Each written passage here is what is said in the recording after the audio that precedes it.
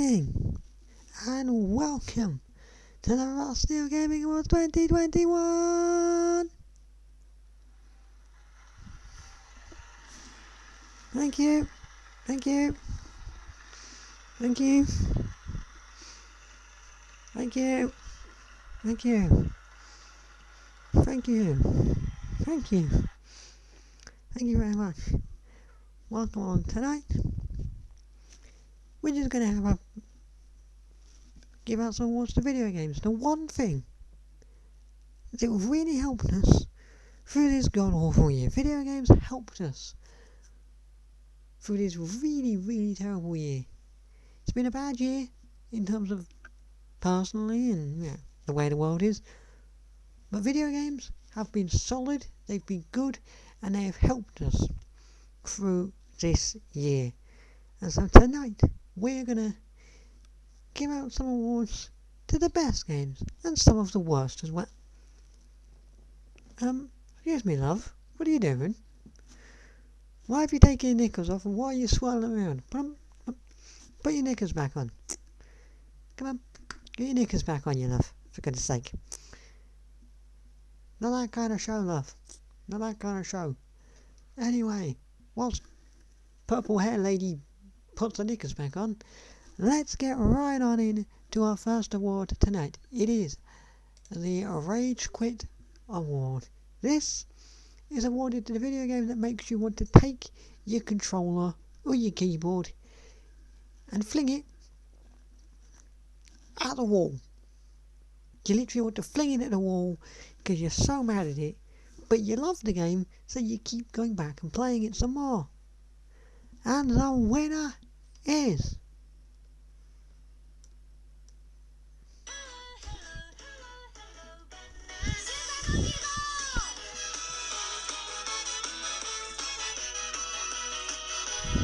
Super Monkey Ball Banana Mania.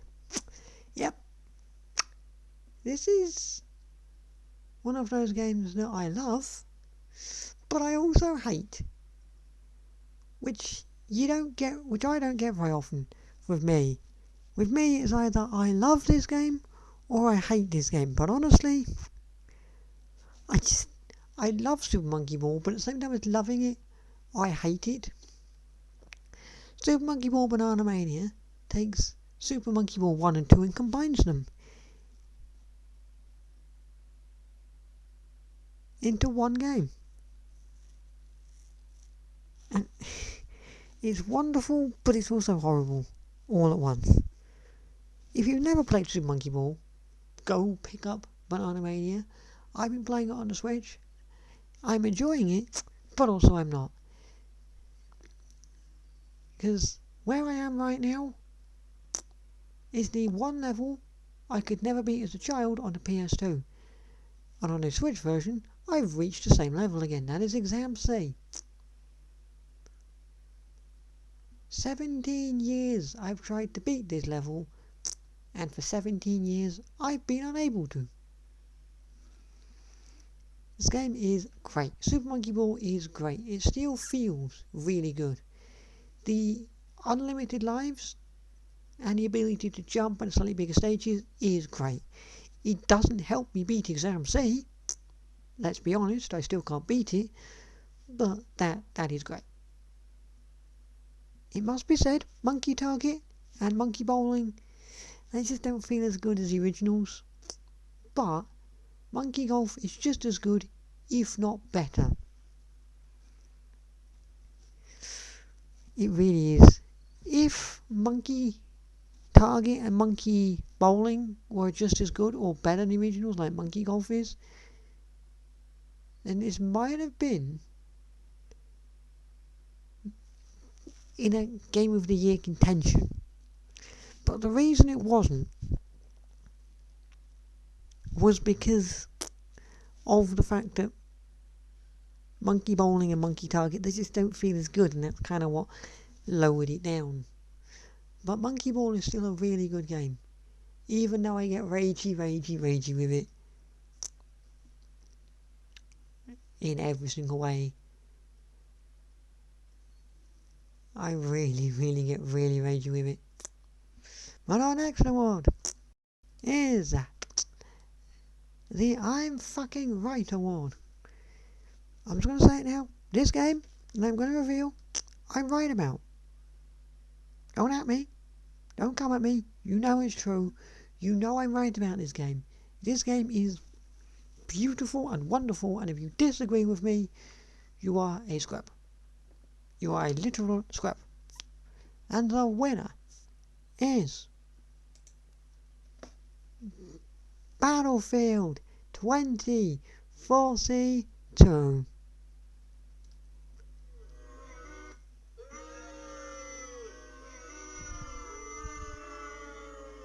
Oh, shut up. Seriously, shut up. I'm right about this, and you know it. I'm right about this, and you know it. Seriously. I just want to say this now. When have you gone in and played a game of Halo and thought, I want to, like how many, I want to ask you this. How many games of Halo can you play where you can wingsuit onto a crane and then decide, come down with a knife and stab the enemy standing in front of you? Oh, that's right, none. How many Halo games can you take, and how many first-person shooters in general, can you decide that you want to get in a helicopter and just plough into the ground, kill yourself, blow up the helicopter, but also kill the enemy because you've landed on top of them? There is none. Literally none. How many first-person shooters say to you, the entirety of the enemy team is in tanks. Do you want to run at them with a pistol? None of them. This game is just, I don't understand why people are hating on this game. Because I'm enjoying it. I'm having a really great time. But reviews are just terrible. And they're just bad. I feel like when I see this, I think I know how it must feel for all those Chris Chibnall fanboys. When I say his Doctor Who shit and I go to Twitter and I moan about it. Is this how Chris Chibnall fans feel when we shit on his Doctor Who? I think I found out how Chris Chibnall fans feel. I really do. But this game's just great. Like, it really is. Like, it doesn't matter whether I win or whether I lose in any way. I'm just having a good time. Like, I don't care if I'm winning or if I'm losing. The thing is, every game I play, I'm just going out there and I'm having a good time. A really good time. I'm just having a really good time with it. And like, when I look at a video game, I think, what more could you ask for? Like, I'm getting a good time. I'm getting a good experience here. Like, it's fun. It's enjoyable. Like, you're not going to be able to do half of that stuff in Halo, but for some reason Halo is better reviewed than this. I don't understand. Like, I just don't understand. The only thing I can get out of this is I know how the Chris Chibnall fans feel now when we shit on his Doctor Who. I really do. But we move on to DLC of the year. And the winner of the DLC of the Year award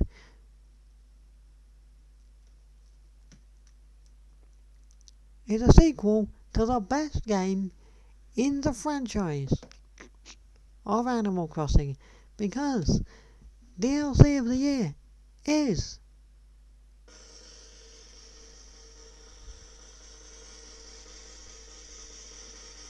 a drum roll. That's very nice of you, Jim.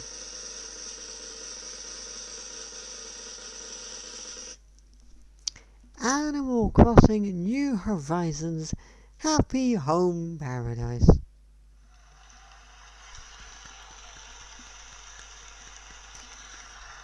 Yep.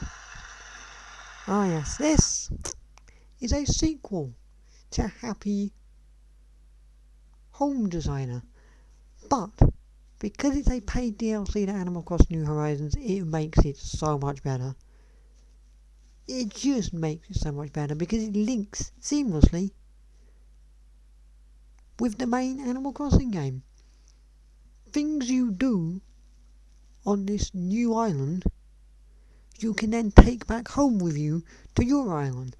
Like, once you complete a certain number of houses, Lottie will allow you to create partition walls, which you can then take those partition walls, go back to your island and your house, and put partition walls up in your house. And then again, once you complete a certain number of villages, you take a certain number of villagers, or just animals in this case really, and you give them their vacation homes. Once you complete a certain number of them, you'll be able to go speak to Tom Nook and remodel your villagers' houses. And if you want to, you can start to put partition walls in your villagers' houses. So maybe you've got like a favourite villager on your island who you love greatly, but you hate the interior of your house. Once you complete a certain number of houses in the DLC, you can change that. You can change the interior of a villager's house and you can make it how you want. And you can give them partition walls and you can really go in depth with stuff. And honestly, it was like, this was quite possibly, when this released on November 5th, it was the only thing I was playing for a month.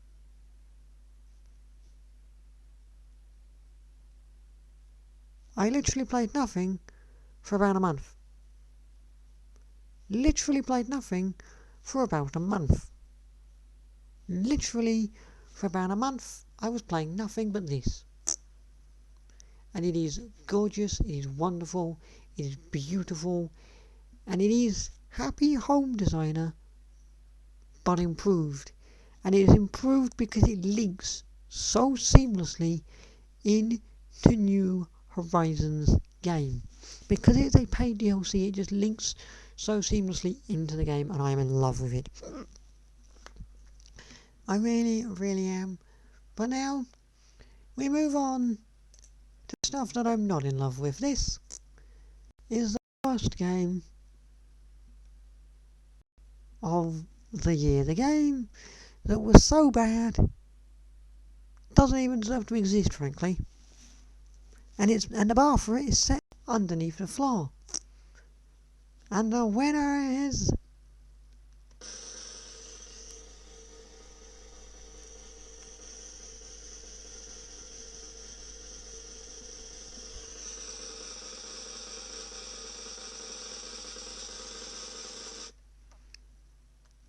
the GTA trilogy of GTA 3, GTA Vice City, and GTA San Andreas.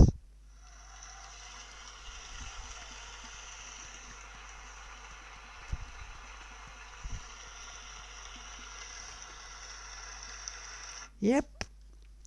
Honestly, I look at this game and I think, did Rockstar spend any more than a drunken weekend on this game? No, they probably didn't. This game has many problems. Some of the characters, with their new sort of graphics, are barely recognisable. The Switch version, there's not even any point touching out of a barge pole, it's so broken. The Switch version looks like it's running on a potato. It's frankly disgusting. The flying controls have been changed and planes are basically uncontrollable. And it just doesn't look very good. They have updated it now and they've added fog in. But when the game first came out, you could literally see the entire map. Like if you played San Andreas, you could see San Francisco, LA and Las Vegas all in one go, and you could see the box around the world. It just looked horrible and stupid, and I hated it, and I still hate it. And then they added an update to add fog, which then made every version of the game unplayable, not just the Switch version. It is just the most disgusting mess. There's had nothing more than a drunken weekend spent on it. I feel like when Rockstar were making this game, they were like, people want new GTA, we need to do something. Quick, guzzle down a bottle of whiskey, and then went, let's make some games. Whilst they guzzled down an entire bottle of whiskey, it's just catastrophically bad. Like, I knew it was going to be bad. I listened to Mr. Nerdcube, I knew it was going to be bad. But did I know it was going to be this bad? No. Nobody knew these games were going to be as bad as they were. We knew they were going to be bad, but not this bad. Not this bad. These excelled everybody's expectations of terrible. They really, really did. But now, we move on to something more light-hearted, more fun.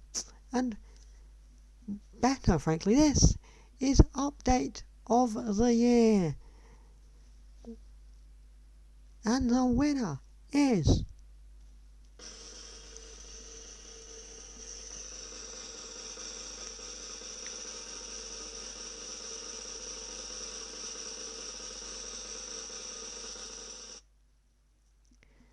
Animal Crossing New Horizons 2.0. Seriously.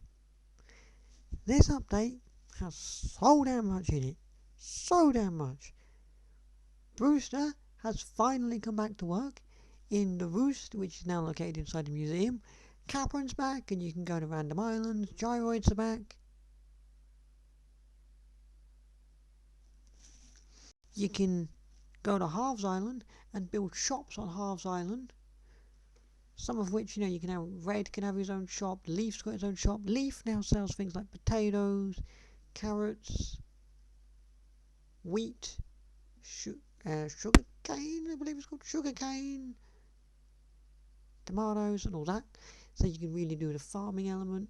Cooking is in game.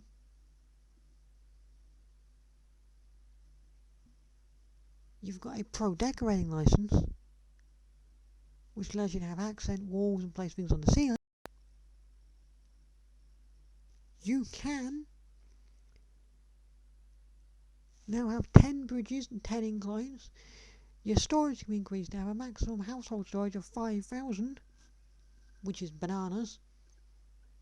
Once you've upgraded your storage to the first level, after paying off your house loan, you can get a shed, and you can use that shed as many times as you want and have access to your household storage anywhere on your island. Once you've paid off your house loan, you get access to a bank or ATM or cash machine that you can use to take out money literally anywhere on your island without going to resident services. When you go to Halves Island, you can speak to Reese and Cyrus and get things customised to colours not available on your island, which is just really good. There are new hairstyles, new reactions, new things you can get for Nook Miles, like new plaza furniture, like Ferris wheels and all that kind of stuff. Isabel will now say to me when someone is on my island, which is just quite possibly the greatest human thing in every sense of the word. Like, Isabel will now say to me, Red's on my island, or Leaf's on my island, or whoever. I now know who's on my island on what day because Isabel tells me. And the sole greatest Animal Crossing character in the history of Animal Crossing, Tortimer, is back. Tortimer is back. In every single way, fashion. Tortimer is back, and you can customise the outside of your house. You can do group stretching which gives you rewards.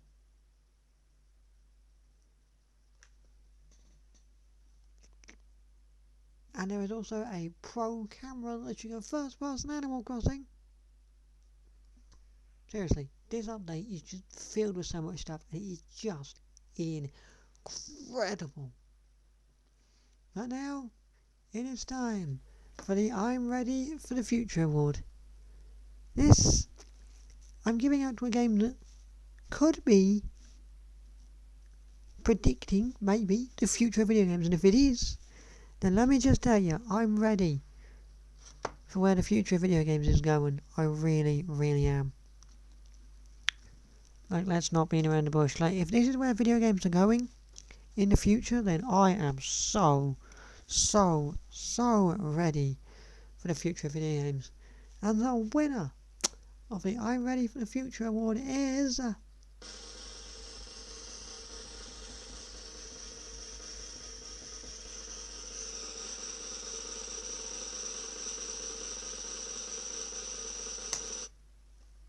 Ratchet and Clank Rift Apart. This game is just, it boggles my mind. This game boggles my mind. It looks, first of all, pretty as hell. It's got a really good story, but it just boggles my mind. And I'm questioning how some of the things it's doing. Like, I can go from my PlayStation 5 homepage, the literal homepage of my PlayStation 5, from putting put the disc in, and within 20 seconds, I'm playing the game. Legitimately. It takes 20 seconds for me to start playing that game. 10 seconds to load into the main menu, 10 seconds to go from the main menu to in-game. It is ridiculous, it is nuts, it is bananas,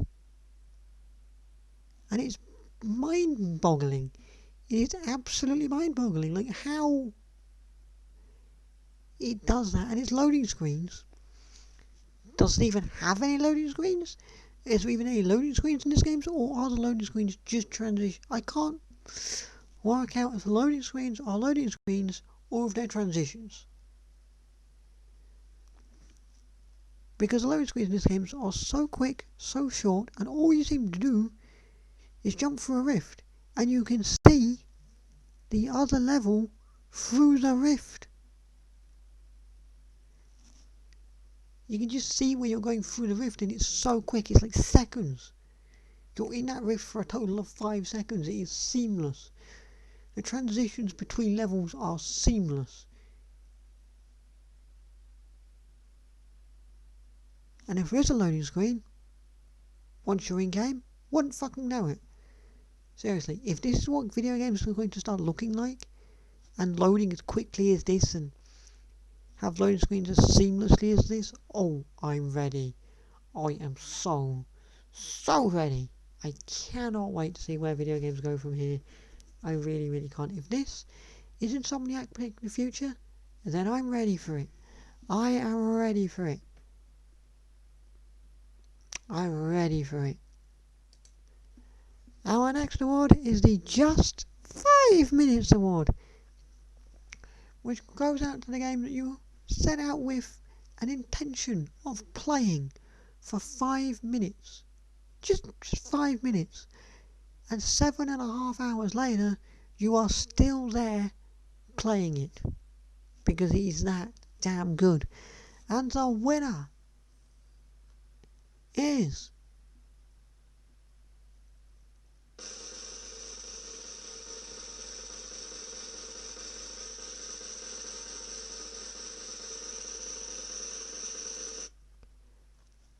Mini Motorways. Simple concept. Coloured buildings want to go to coloured houses want to go to coloured buildings, and you take coloured cars to put buildings, to link buildings together.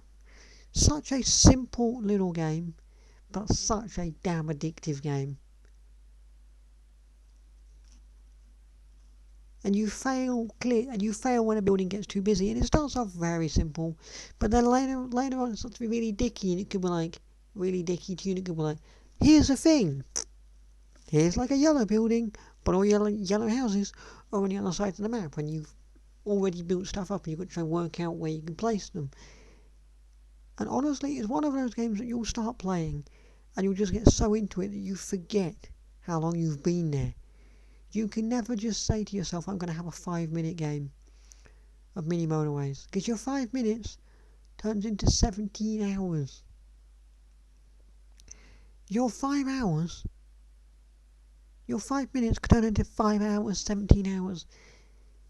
If you haven't played it, go check it out on Steam or on Apple Arcade. It is addictive as hell, and I cannot recommend this game enough. And their new challenge mode really brought it back into the game. It really offers up some new challenges. Like, for example, the challenge I did recently really stretches the limits because you can't bulldoze any trees, and it makes a really interesting concept, and I'm really loving it. It's such a good little game. Such a good little game. And I could do nothing more than recommend this game greatly. This is one of the greatest Soul games of this year. It's not the best. It's not the best game of this year, but it is certainly one of the greatest just games out there. I'm just such in love with this game. I'm so in love with it in every single fashion. It is beautiful, it is gorgeous, and it is amazing. But we now move on to our penultimate award. It is the just missed out award. This goes to the game that just narrowly, by the inches of inches, missed out on Game of the Year, because there was something better than it. This game was still great and incredible, but it just missed out on that Game of the Year award because it was pipped to the post by something better. And the winner is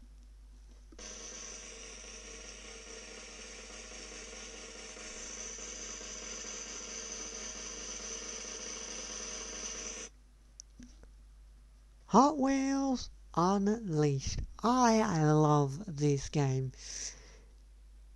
I love this game.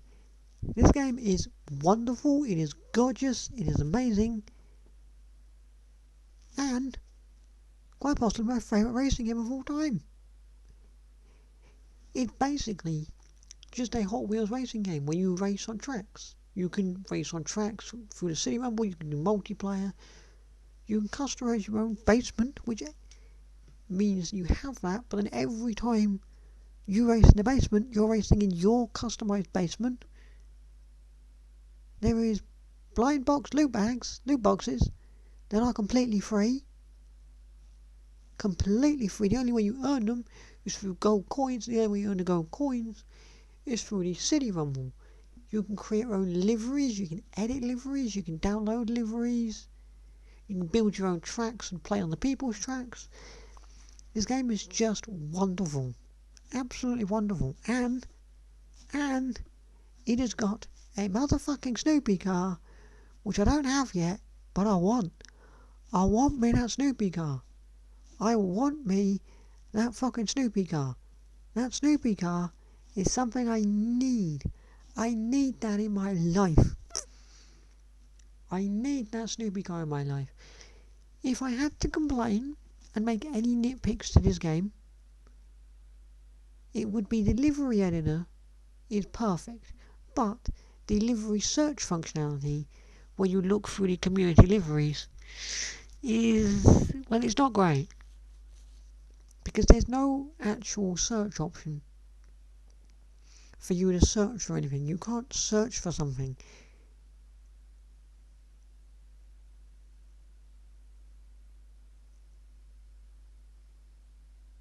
There is no search functionality. You can't search for anything. You can't go, I want to search for this specific name or this specific car. You can't do that. I think that's the only real complaint I have to that game, is the fact that you can't search for a specific for a specific car. So you can't say, for example, be like, oh, I want to search for liveries for the winning Formula car or the Fiat 500 or something like that. You can't search for liveries. You have to just look through them all until you find one for your car. That will be my only complaint to this game. Everything else, perfect. Everything else, wonderful. But now, we move on to the big one. It is the Game of the Year award. But not just the Game of the Year award. This is also, this year's Game of the Year is also my new favourite game of all time. Which is a big, bold claim to make, I know. But it is true. I have a new favourite game of all time. Because my 2021 Game of the Year is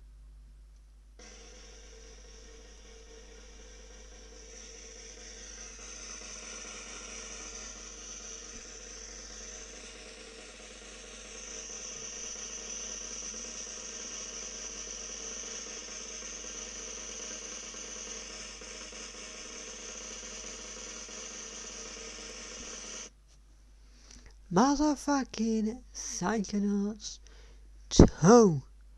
Oh yes, Psychonauts 2. This is just glorious. Before Psychonauts 2 released, my favourite game of all time was Psychonauts 1.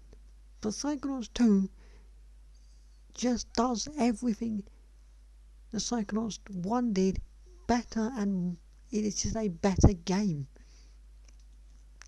And you can really see the entirety of Psychonauts 2 was made by a company that cares. The entire game was made by love.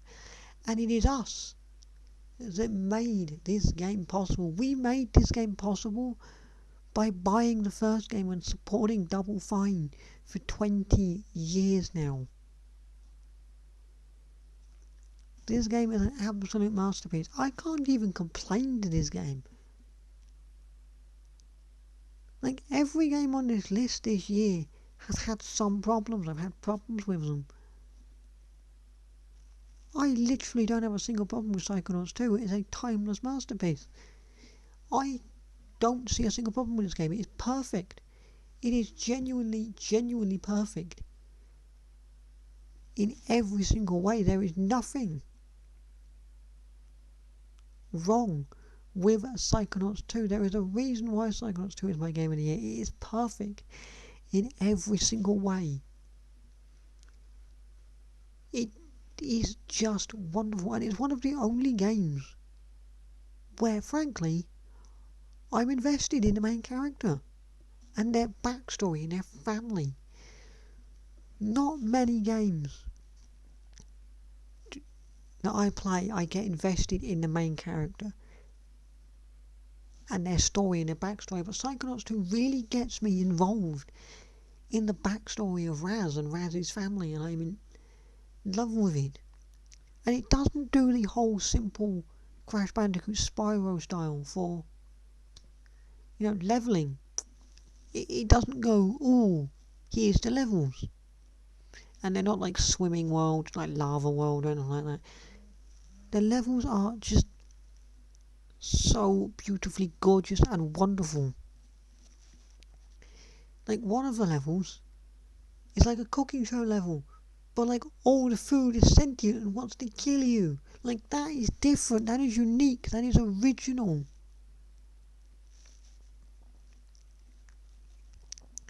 And with this game, I kind of had hoped that when I started playing this game, that Psychonauts 2 would transport me back to 2005. A time that was simpler, there was no global pandemics going on. We weren't still suffering from a global pandemic. And Christopher Eccleston, for the first time, as Doctor, said run in Doctor Who. But it didn't do that. It left me in the horrible 2021. It left me in this shit year. But it left me with that message of things will improve. There is light at the end of this horrible, horrible dark tunnel we're in. Things will improve. Things will get better.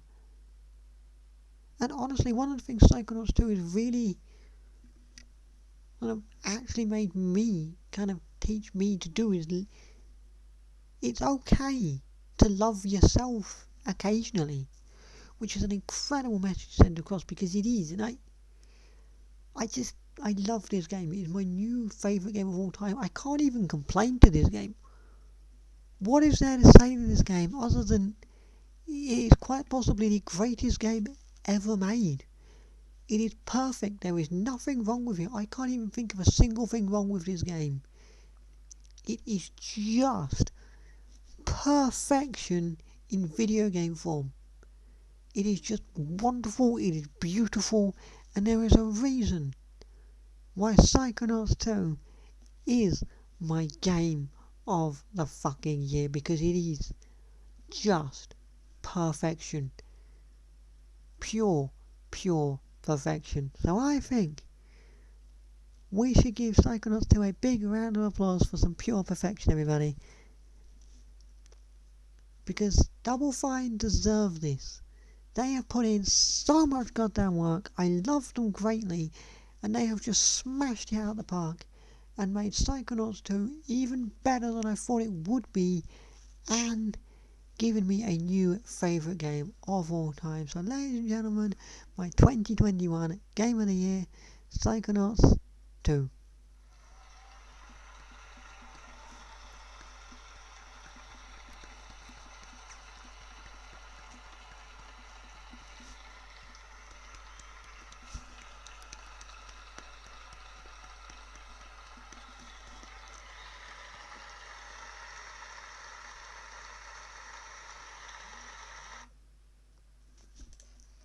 But that's it. That's it for this year. It's done. It's over. It's finished. And maybe, just maybe, 2022 will be better and not worse. Here's hoping that 2022 will be a better year and not a worse year. Because we don't need another bad year. We don't need another bad year. We could do with a good year. But even if it's a bad year, in general, we've got a good year of video games coming up. Like Breath of the Wild 2, Splatoon 3, that non-overworld Pokemon game, Sonic, what's it called? Frontiers, Sonic Frontiers, Sonic's open world game. Like, even if the year is shit, we've got a good year of video games ahead of us. And I'm really excited for quite a few of them. But in the meantime, thank you very much for watching, and I'll see you next year. Good night, everybody. Good night. We'll see you in the new year. Thank you very much. Good night. See you next year.